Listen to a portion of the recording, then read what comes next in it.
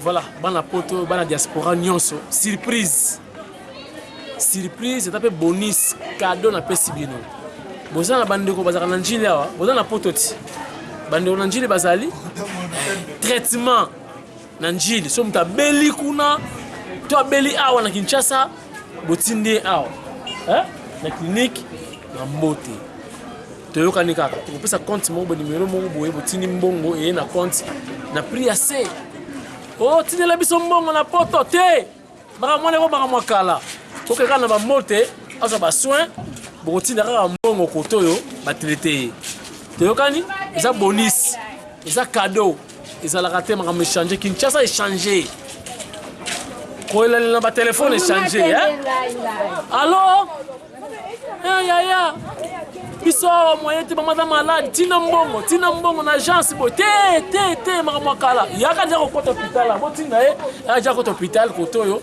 Bako traiter botindi kaka mbongo awa na clinique Mambote na njili na 13 atata na quartier 1 au quartier 10 au na 11 na 13 awa kaka azu traitement bo virenga mbongo kotoyo na prix assez mais to kota na kati botala polibanda eza kati te bomona na kati organisation ndenge bazali comme ça bana njili tout oza na poto bandeko na bino bayaka awa kobota kokata ba platini kokata ngenga circoncision autrement dit maramunios opération awa deux fois ti kokolo nango la grand prêtre ebi musala kitoko à suivre tokota na kati botala siko ba image ya kati tokosola si ngana ke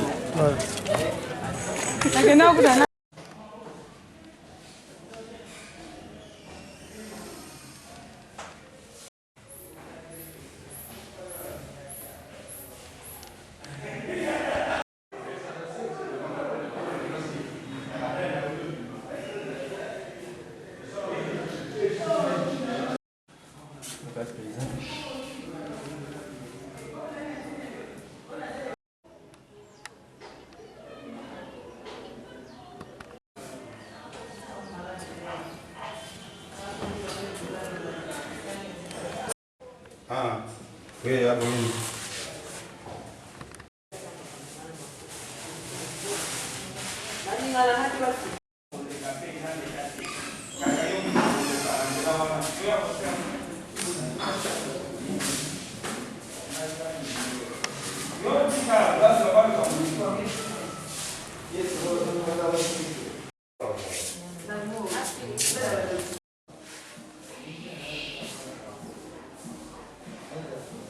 Mais c'est quoi?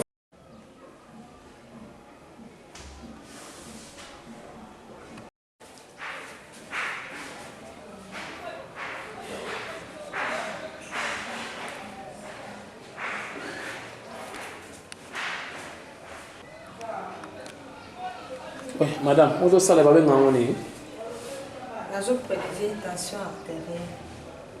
Tension artérielle. Et l'accès non.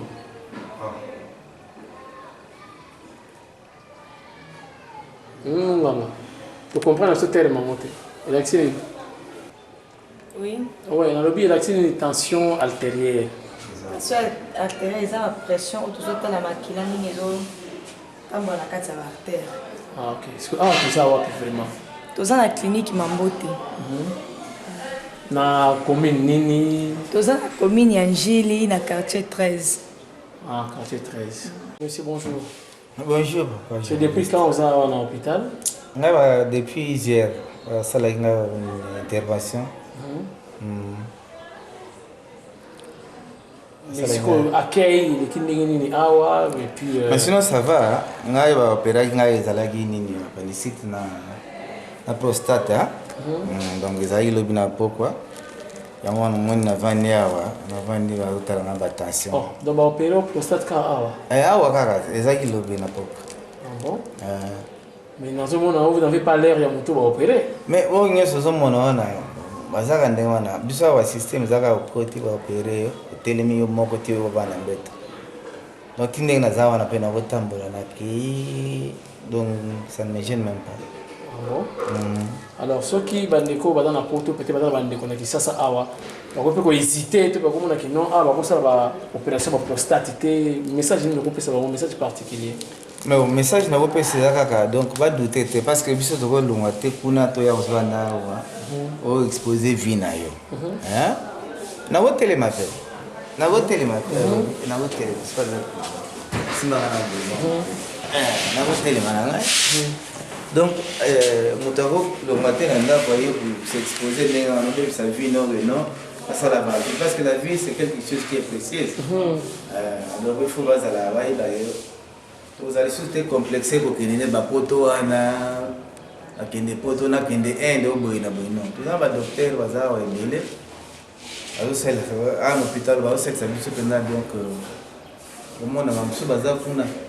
Asali opération bimi mara moko yi otvani na sans problème vraiment. Donc poto vous avez biso complexité on a kende ka poto na kende ende akende siki Afrique du Sud non. C'est-à-dire bato bana bandeko pe na poto batinda bandeko na bakoya déjà nga kuta imsusu ala poto mon beto basali ce qui ça veut dire bima ilo bon si c'est ça quand tu basali lelo lobi d'abord so basali kuna obimi kuna yeyo moko ovandi lobi na tongo tamboli donc ça ne pose aucun problème donc c'était pas ça.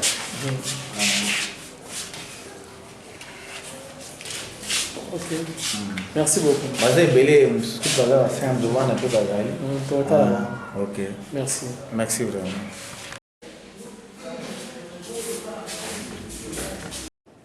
Ouais, docteur, bonjour. Bonjour. Tu comprends que tu es dans Njili, tout le monde dit que tu présenter docteur militaire, colonel. Aux alliés, hôpital militaire, tu comment? Non, ils ont hôpital civil. Mais comme le concepteur est militaire, c'est pourquoi des fois, aux hommes on a pu son tenue militaire. Donc la plupart, parce que vous savez, la chirurgie, normalement, la traumatologie, la chirurgie balistique, généralement, ils ont beaucoup plus développé chez les militaires que chez les civils. Donc nous sommes des experts en chirurgie, en traumatologie et en balistique.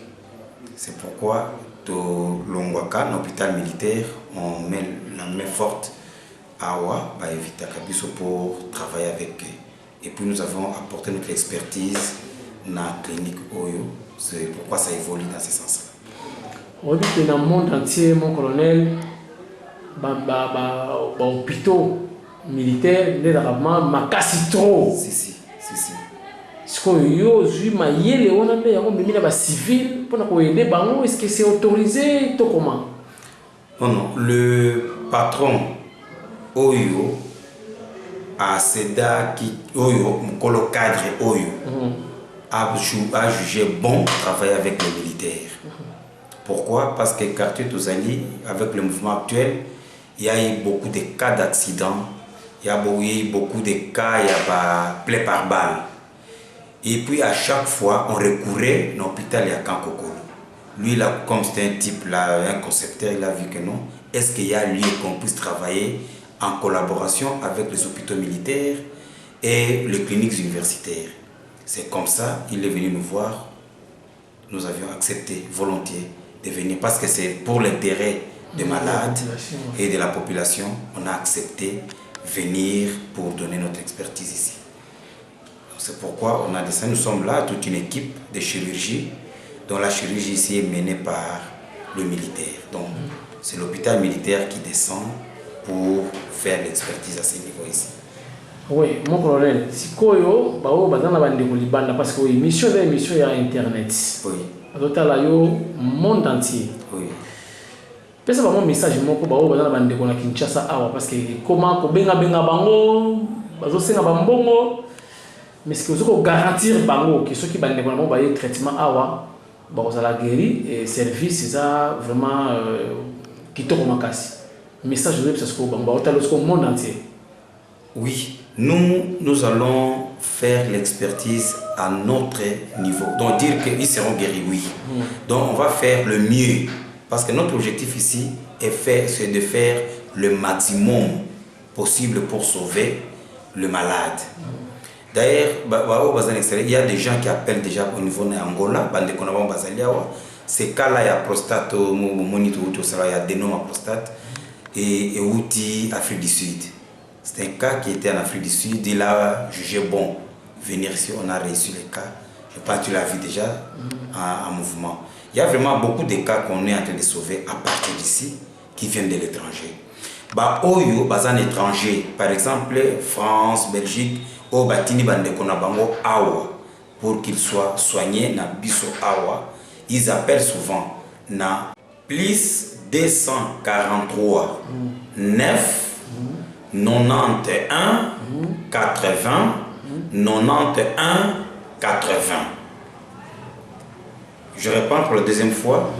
Plus 243 9 91 80 91 80.